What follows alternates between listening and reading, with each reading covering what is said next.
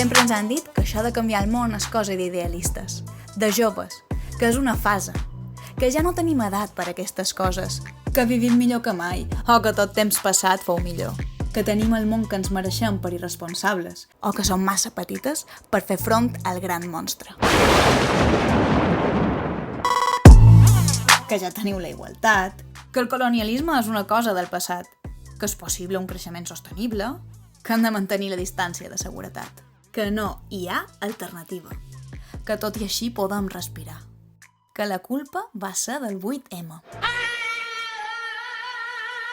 que hem de ser discretes, que el barri ara està més guapo i net, i que és de mala educació parlar de política.